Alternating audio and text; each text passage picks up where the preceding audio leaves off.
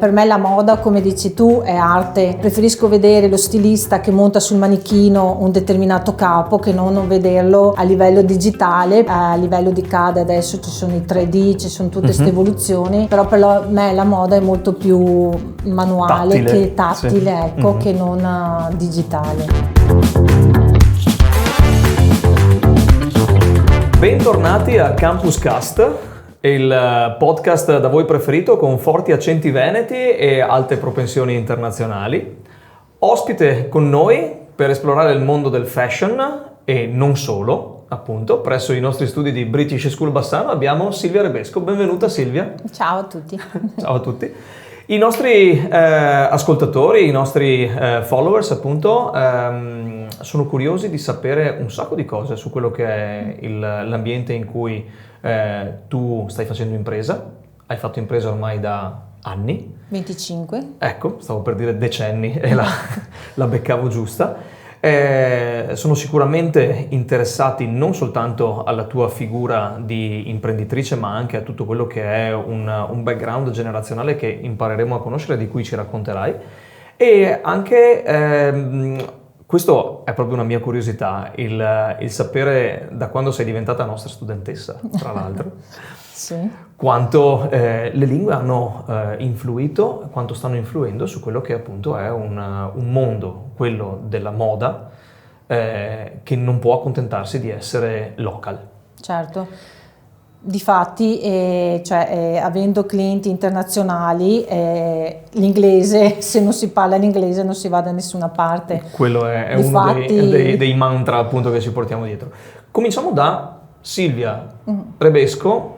25 anni fa o poco più, cosa ha studiato, da cosa è stata ispirata, cosa l'ha portata ad aprire un'azienda a propensione a tema fashion made in Italy?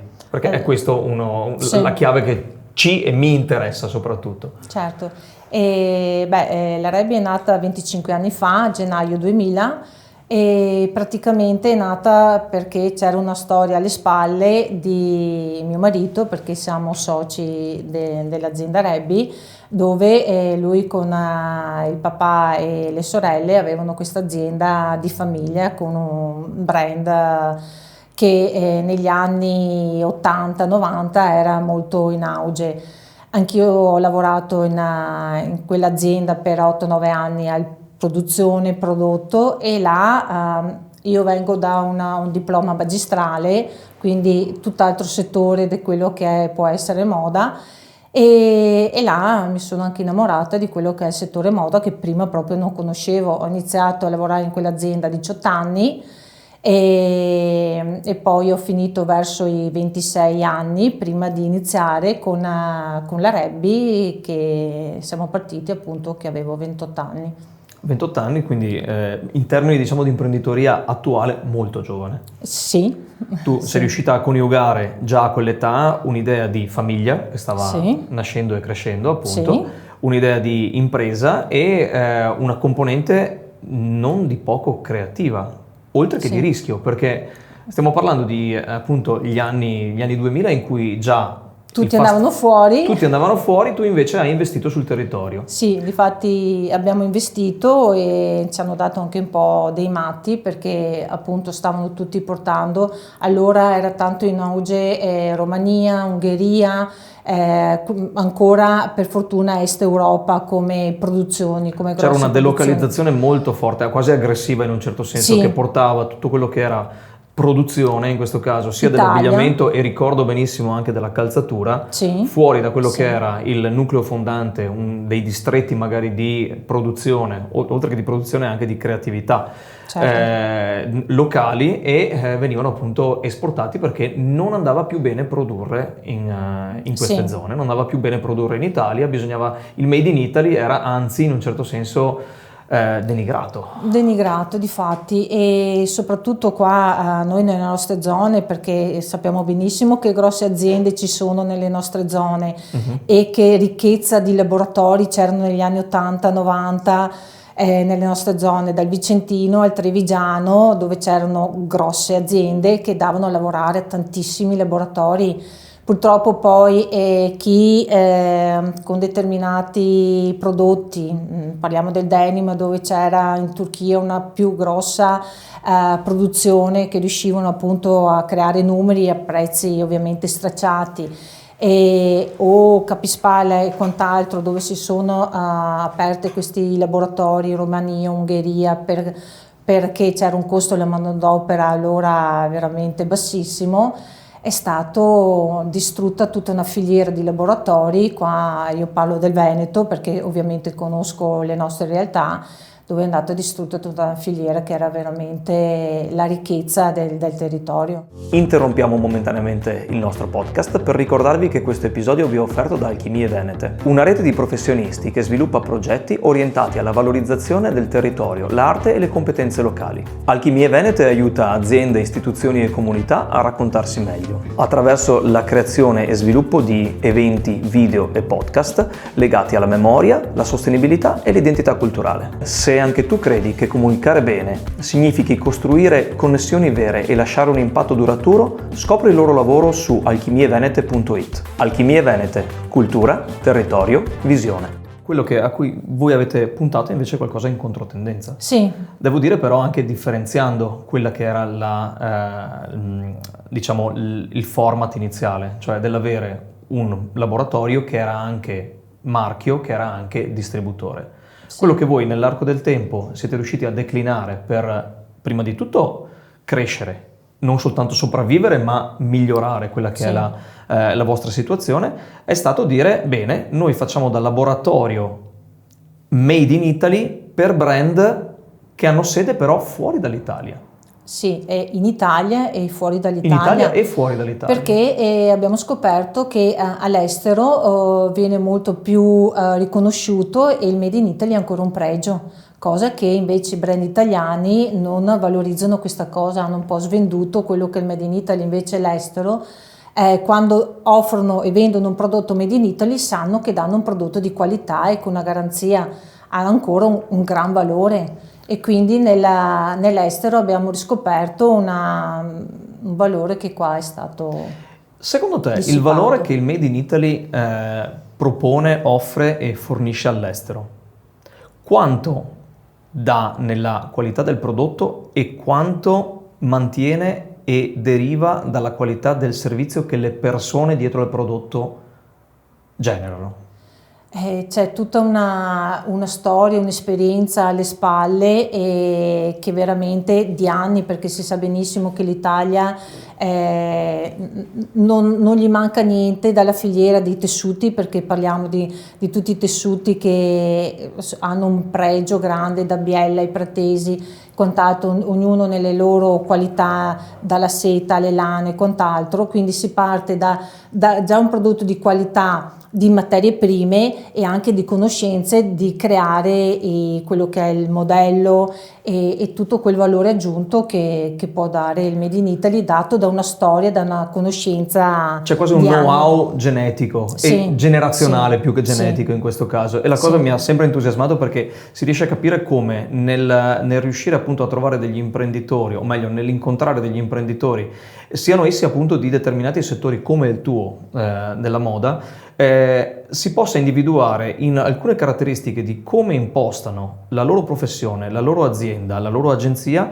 in ciò che era prima di loro nella famiglia, nel territorio, nell'ambiente in cui l'effettivo prodotto, tu hai parlato appunto della filiera, parliamo della qualità dei prodotti, ma anche nella qualità della messa in pratica dei prodotti, quindi degli skills, della conoscenza di come fare le cose. Okay? Sì. Nel tuo caso, quando ci siamo conosciuti, mi ha entusiasmato il fatto che a livello di generazione arrivi da un ambiente fortemente creativo e artistico. Sì. Cioè, tuo papà era un pittore e uno scultore. E uno scultore, ok. E il nonno anche era uno scultore. Era uno scultore, sì. Ok. Quindi siamo passati, se facciamo il percorso, un rewind appunto da ciò che era tuo nonno, osserviamo quella che è una scuola di scultura della zona che vede per esempio lo stesso Antonio Canova tra i guarda un po' partecipanti all'ambiente, probabilmente non si conoscevano, o si conoscevano? No, Nonno però e Canova. sì, diciamo che mio nonno è arrivato più in un periodo nel Novecento, diciamo lui ha combattuto ad esempio nella prima guerra mondiale con la compagnia di Baracca perché era un pilota. Mhm. E poi nella seconda guerra mondiale non ha combattuto ovviamente avendo una famiglia, però ha avuto la fortuna, nella sfortuna di avere in mano tutto il discorso delle ricostruzioni delle chiese che erano state distrutte. Quindi mio nonno ha lavorato soprattutto nell'arte sacra e ha fatto veramente tante opere a livello sacro, diciamo, di restauro, di manutenzione, ricostruzione. esattamente, di ricostruzione. Però lui appunto opera nella fine dell'Ottocento e inizio Novecento, fino appunto alla metà del XX secolo. Ecco, in quel caso appunto osserviamo una presenza nella tua famiglia di quella che è una propensione all'arte in termini di staticità, in termini di scultura, in termini anche di restauro e recupero architettonico, e quindi un qualcosa presente e imperituro nel mondo della pietra. Okay. Sì. L'evoluzione in tuo papà, appunto, è quella del colore, della pittura, oltre che della scultura. Sì. Okay. Vedo in te come la naturale evoluzione di quello che da un punto di vista statico, monocromo come la scultura, si evolve in uno statico policromo come la pittura, in un qualcosa di dinamico policromo, perché io considero ancora la moda come arte in movimento addosso ad un corpo umano. Quindi perdonami l'essere forse un po' stiracchiato da un punto di vista romantico, ma il ragionare in questo termine di 3 generazioni e che procedono ancora, perché ovviamente anche le tue figlie sono coinvolte le tue figlie e i tuoi figli appunto sono coinvolti nel processo appunto di evoluzione dell'azienda. Questo chissà per quanto tempo andrà avanti e che tipo di evoluzione avrà anche. Perché adesso mi viene da pensare che nell'arco delle prossime 2 generazioni l'elemento digitale subentrerà a questa tipologia di interpretazione dell'arte. Sì. Come stai assistendo a questa evoluzione? Allora, io comunque la vedo sempre molto più a livello manuale che non digitale, perché siamo ad esempio un po' in contrapposizione io e mio marito. Ad esempio lui sarebbe molto più sul digitale, robotico, portare determinate cose, il magazzino a livello robotico. Io sono ancora un po' più mi piace più vedere la persona che fa le cose che non vedermi un robottino che porta avanti dietro gli accessori. Questo sicuramente è un valore aggiunto non indifferente. Perché vedi ancora certe sfilate in 3D, sinceramente a me fanno freddo, cioè non ho ancora l'idea di evoluzione di portare queste cose troppo nel digitale. Per me la moda, come dici tu, è arte. Quindi è una cosa, preferisco vedere lo stilista che monta sul manichino un determinato capo che non vederlo a livello digitale, perché anche a livello di CAD adesso ci sono i 3D, ci sono tutte queste evoluzioni, però per me la moda è molto più manuale che tattile, che non digitale. Quanto vedi di ciò che crei, di ciò che generi, di ciò che produci, prima indossato da te per poter dire è un qualcosa che vale, è un qualcosa che mi sento bene addosso e quindi lo posso anche proporre agli altri, e quanto invece dici questo capo so già che è per un qualcosa di generalista e quindi non è arte ma è funzionalità? Diciamo che adesso, ad esempio anche per il brand che lavoro, c'è abbastanza una nicchia, quindi la ricerca che nel capo c'è sia la bellezza, la rifinitura e tutto e anche la portabilità.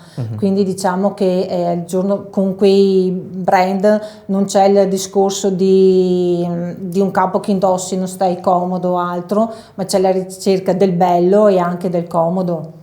Quindi se qualcosa è bello deve essere anche funzionale. Deve essere anche funzionale. Non c'è niente di astratto, di poco portabile, tutto. Vedi certe idee nuove nei materiali, nella come si può dire, costruzione del capo, che un po' comincia a distaccarsi dal solito piumino, dalla solita giacca, però sempre una cosa portabile, non astratta, che diventa un qualcosa che dopo non diventa portabile. Sì. Ecco. Tu hai citato i materiali, hai citato anche un elemento appunto mi è piaciuto come hai definito le sfilate digitali come un fanno freddo. Sì. Nel senso che una cosa che fortemente influenza l'evoluzione della moda e l'evoluzione del capo è come un materiale viene interpretato e come poi viene declinato in termini di abbigliamento. Sì. Nel senso, tanti materiali possono essere prodotti, non tutti sono adatti a quello che è una portabilità, una funzionalità, una comodità anche, ma molti vengono addirittura snobbati e non presi in considerazione. Ti è mai capitato di investire o credere in un tipo di materiale su cui tu dicevi questo secondo me è il futuro dell'abbigliamento e invece non si è riusciti e magari è ancora lì e non è stato utilizzato? Da poco ho assistito appunto ad una conferenza che vedeva come alcune richieste delle esperienze aerospaziali sono poi state portate e inserite in quello che è il daily use, il consumo quotidiano, soprattutto in termini di non soltanto abbigliamento ma anche di dieta, di appunto organizzazione di quello che è lo spazio domestico e cose di questo tipo. Quindi lo scendere dal cielo di quella che è un'ingegneria pensata per la vita nello spazio e l'averla resa appunto utile per la vita di tutti i giorni. Ti è mai capitato di trovarti di fronte, magari anche di averlo guardato, pensato e poi aver detto questo non sono ancora abbastanza pronta per utilizzare questo tipo di materiale? Sì, diciamo che io sono propensa e penso un po' in generale più al ritorno di fibre naturali che non a qualcosa di, tra virgolette, spaziale, che magari ha una composizione più di nylon, cioè può essere, come si può dire, proposta per determinati prodotti, idee, però poi a livello di praticità sia poco confortevole, sia poco. Io vedo che c'è tanto un ritorno e una ricerca dell'eco.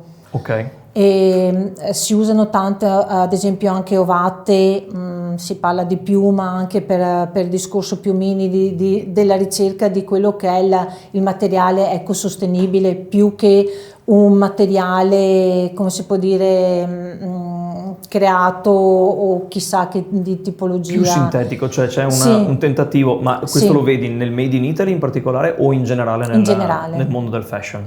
Sì. In generale nel mondo del fashion, ovviamente non nel mondo del fast fashion, no, che dovendo appunto abbattere dei costi tali da poter dire non guardo in faccia a nessuno e non guardo neanche quanto effettivamente traspirante tu sia o meno.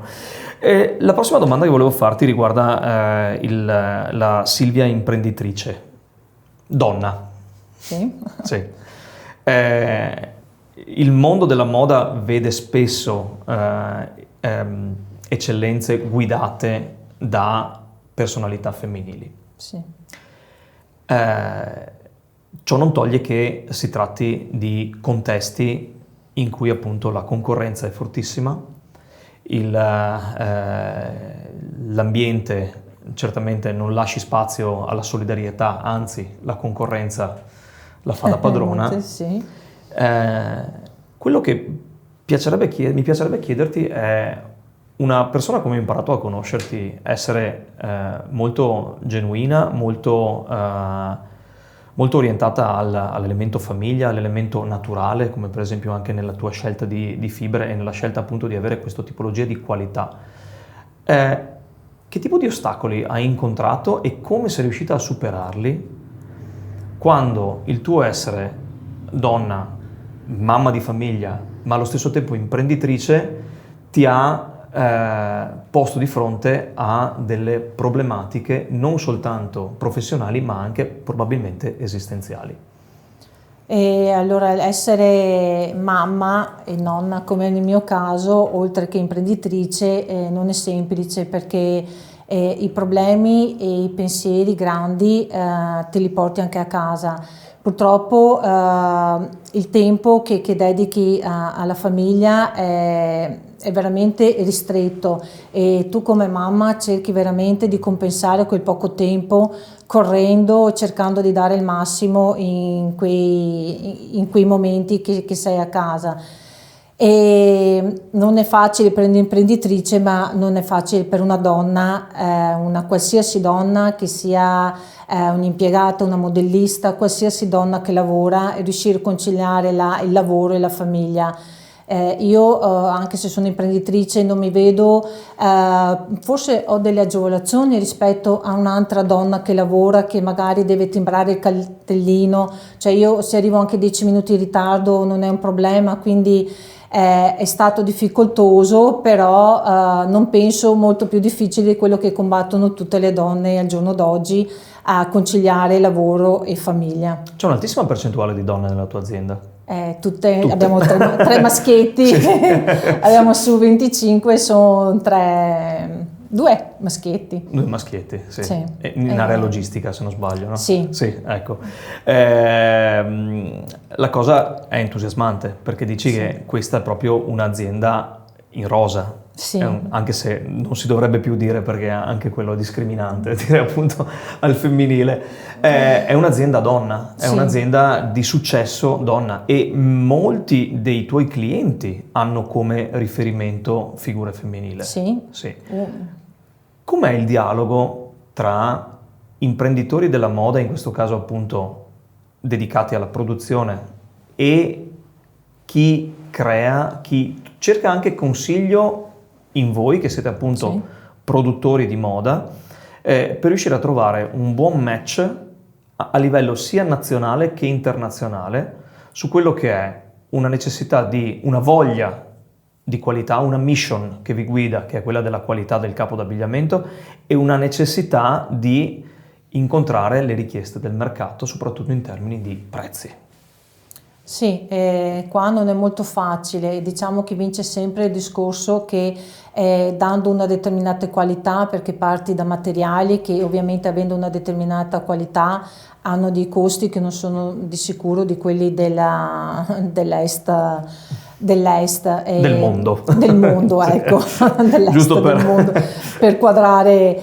E di conseguenza loro si appoggiano su di noi per l'esperienza che abbiamo da decenni, appunto nella ricerca dei materiali, nella comunque cercare di industrializzare il capo per renderlo anche se a loro piace un particolare, diciamo guarda che questo però fatto così ti viene a costare di più, se lo fai così ti costa meno, però ci sono quei particolari che poi danno quel tocco di qualità che è il cliente finale, perché ricordiamo che noi siamo sulla fascia più che medio-alta, e in quest'ultimo anno si è perso un po' l'identità del lusso. Difatti il lusso ha avuto un gran tracollo, ha perso il 30-40% perché ha perso proprio di identità. Vediamo ad esempio delle grandi case automobilistiche di lusso, cioè sono rimaste coi suoi prezzi alti, ma ti danno una, due macchine di qualità, ma quello è il loro prezzo, come determinate aziende di moda hanno mantenuto il loro standard perché è lusso, cioè è quello che vuole comprarsi la giacca da 30.000 euro perché vale 30.000 euro, è data da un insieme di cose che invece questi ultimi anni tante case di moda hanno tradito il cliente. Hanno tradito il cliente, quindi c'è stata veramente una perdita, adesso stanno arrancando, provano a cambiare CEO, direttori creativi, c'è veramente un disastro nel mondo della moda, lusso chiamiamola, perché si è perso di identità. Noi lavoriamo per brand che non sono tra i più conosciuti, però hanno una qualità veramente molto alta, dei nomi si stanno facendo e stanno vendendo molto. Se grosse case di moda hanno perso punti in percentuale altissimi, questi continuano, diciamo, un po' a salire perché comunque il valore aggiunto e tu lo vendi e vieni riconosciuto. La credibilità viene Certo. premiata in Sì. termini di so che da te, con anche un prezzo abbordabile, mi pare di capire, rispetto ovviamente alla haute Sì, couture sì. e all'alta moda, riusciamo ad avere un risultato ed un prodotto tale da poter dire Ho la qualità vali, c'è la vera, qualità, certo. ok? E questo mi fa tornare a quell'argomento di cui appunto parlavamo all'inizio. Una qualità di prodotto si riflette anche in una qualità di servizio morale, potremmo dire in Sì. questo senso, nel senso che il coinvolgimento emotivo, ovviamente stiamo facendo business, quindi stiamo parlando di business e alla fine si guardano i numeri, ma se a questi numeri corrisponde anche un trasporto di passione, Sì. e questa è una parola chiave in quelle che sono le nostre conversazioni e le capacità appunto di cercare di ispirare chi ci ascolta e chi ci segue, in termini di dire mettete la passione nella vostra professione, perché tanto all'interno della parola professione Sì. c'è passione, Certo. c'è. Quanto, o meglio, come suggeriresti a un ragazzo, una ragazza, un figlio, un nipote appunto, che si appresta a sviluppare, investire su se stesso, su se stessa, verso il mondo della moda, verso il mondo appunto della non solo creatività ma anche produttività dell'abbigliamento. Che elementi, che valori chiederesti di tenere sempre in tasca e di tirare fuori il più spesso possibile? Allora, intanto tanta intraprendenza e tanta curiosità, perché al giorno d'oggi vedo anche un po' dai stagisti che vengono, si soffermano subito su quello che può piacere di più. Un reparto rispetto a un altro, arrivano nel reparto modelleria, gli sembra molto bello perché ovviamente crea il cartamodello e quant'altro, però il riuscire a girare tutto quello che è diciamo, le fasi di un'azienda, di un capo, da quello che è la creatività a quello che è poi l'uscita del capo proprio fisicamente, perché al giorno d'oggi purtroppo ci si butta tanto quello che è un po' la pecca della nuova generazione. Ad esempio a tutti gli piacerebbe andare a fare i modellisti più che ad esempio la prototipista. Invece al giorno d'oggi, ad esempio, le prototipiste che mancano perché purtroppo c'è stato un salto generazionale e adesso le brave prototipiste stanno andando tutte in pensione, c'è veramente una carenza di questa figura, di quella che riesce a creare un capo dall'inizio alla fine e quindi valgono d'oro. E quindi il non soffermarsi è quello che può sembrare subito bello, ma riuscire a arrivare fino alla fine e vedere quello che è poi quello che rimane di quello che è il processo e di quello che è stato dà l'investimento valore. che è stato dato. Sì. Quindi quello che suggerisci è cercate sempre di avere una visione d'insieme Sì. all'interno dell'ambiente in cui voi andate appunto Sì. a professionalizzarvi. Purtroppo è un qualcosa che ho notato in diversi contesti. C'è stato nello stesso periodo appunto fine anni 90, o meglio durante gli anni 90 e i primi anni 2000, un disincentivo a intraprendere, a venire formati in determinate professioni, Sì. perché quelle professioni dovevano essere pagate meno all'estero. E quindi si è delocalizzato non soltanto la produzione, ma si è delocalizzato anche il know-how, Sì. che poi sia stato recepito in maniera diversa e a mio avviso, posso sbilanciarmi, sbagliata da alcuni contesti appunto esteri, secondo cui anche lì non si è guardato alla qualità di chi veniva formato, ma a quante persone venivano formate in quello specifico contesto. Hai parlato di modellisti, hai parlato appunto di prototipisti, sono merce rarissima e altrettanto raro è riuscire a trovare chi può insegnare a giovani intraprendenti questa tipologia di skills. Stiamo andando sul tecnico e mi rendo conto appunto che sarebbe difficile e sarebbe troppo lungo affrontare un argomento di questo tipo, perché ci troveremo sicuramente d'accordo anche in vari contesti professionali, in vari contesti imprenditoriali. Quello che volevo chiederti, al di là appunto di questi valori che tu hai appunto enunciato, che sono appunto quelli innanzitutto mantenere un'identità anche, perché questo è, nell'arco delle generazioni, Rebesco ha mantenuto un'identità e una continuità evolutiva in quello che è appunto un proprio spirito creativo. Allo stesso tempo l'essere intraprendenti con se stessi, l'essere curiosi, questo, tenaci, questo è un altro ottimo aggettivo da potersi tatuare addosso, mi viene da dire, e allo stesso tempo essere veri. Hai mai pensato che il mondo del fashion è molto di superficie e non ha una verità sottostante, che chi produce lo fa soltanto per un qualcosa di rapido e superficiale e non per effettivamente trasmettere non più qualcosa di duraturo? Sì, però con i miei clienti vedo, sarà che si è instaurato veramente un rapporto di amicizia, di stima, ci lavoriamo da tanti anni, per fortuna quando approcciamo un cliente collaboriamo per tanti anni. E quindi vedo anche quello che è il venirci incontro e non questa grande bolla che forse su determinati brand alti, diciamo, c'è molta più immagine, poca sostanza, poca riconoscimento di quello che è il valore che dà il laboratorio, perché poi sappiamo benissimo che è il laboratorio che crea le produzioni, che dà il valore, poi paghi 10, lo rivendo a 3.000 e quindi veramente c'è il discorso del sfruttamento della parte del laboratorio. Fortunatamente, forse purtroppo questo si sente meno con l'estero, c'è più un legame diretto, un meno esaltare quello che è il prodotto finale, esaltarlo anche a livello di prezzo a discapito di chi lo produce.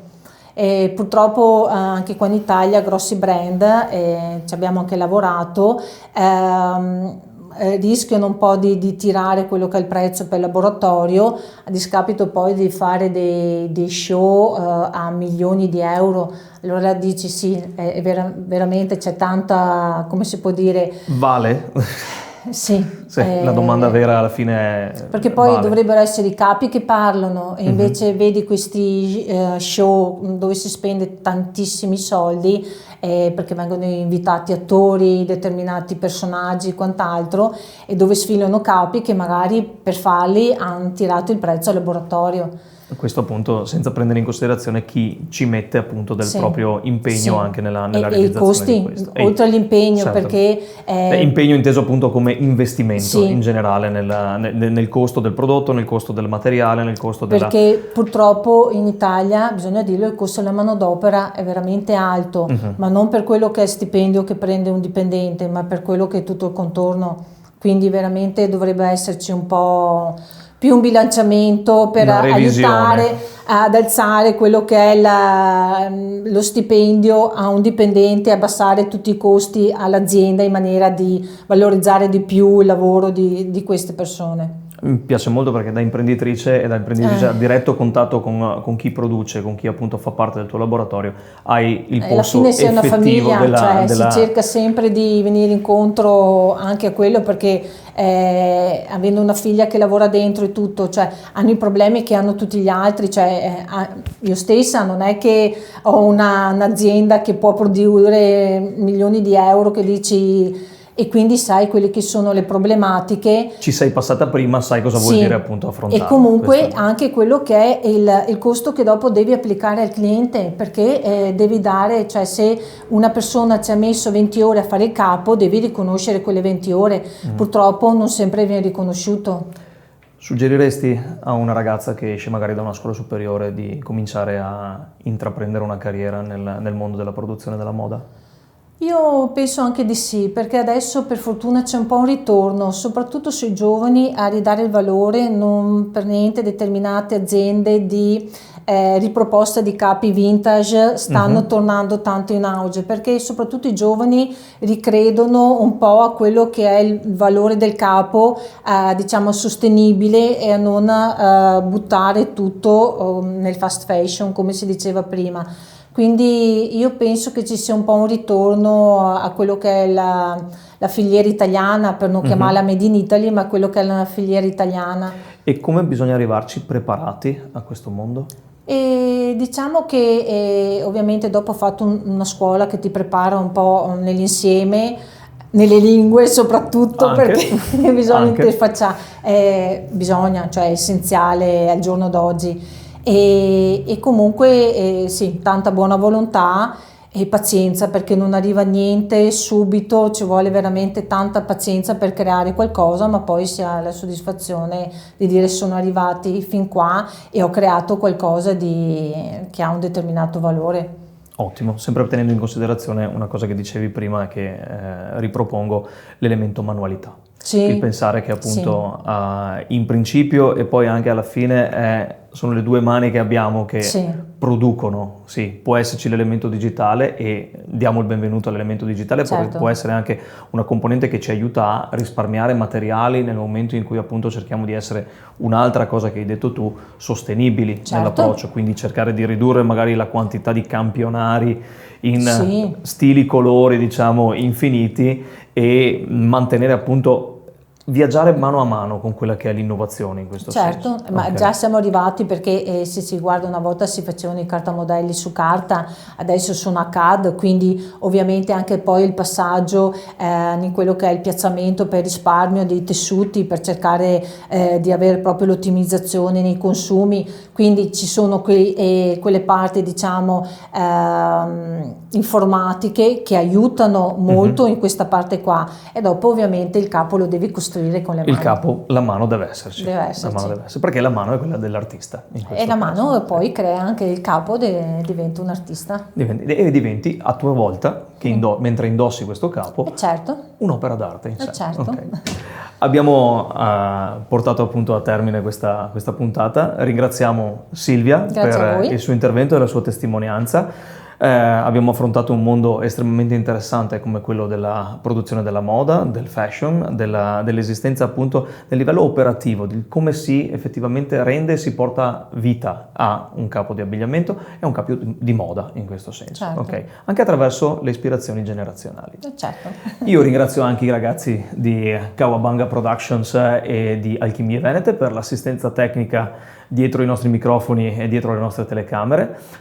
Invito come sempre tutti a seguirci e a cliccare sulla campanella in basso a destra sui vostri schermi per avere aggiornamenti su questa e le prossime puntate del nostro podcast. Da British School Bassano l'invito è sempre quello di seguirci, ascoltarci e perché no, proporci anche le vostre storie. Siete dei professionisti? Avete dei progetti in ballo? Qualcosa che vorrete condividere? Vorrei vedervi seduti dove adesso è seduta Silvia. Grazie mille per essere stata Grazie con a noi. voi. Alla prossima. Alla prossima. Fatta. Bene. Come... Grazie. Niente.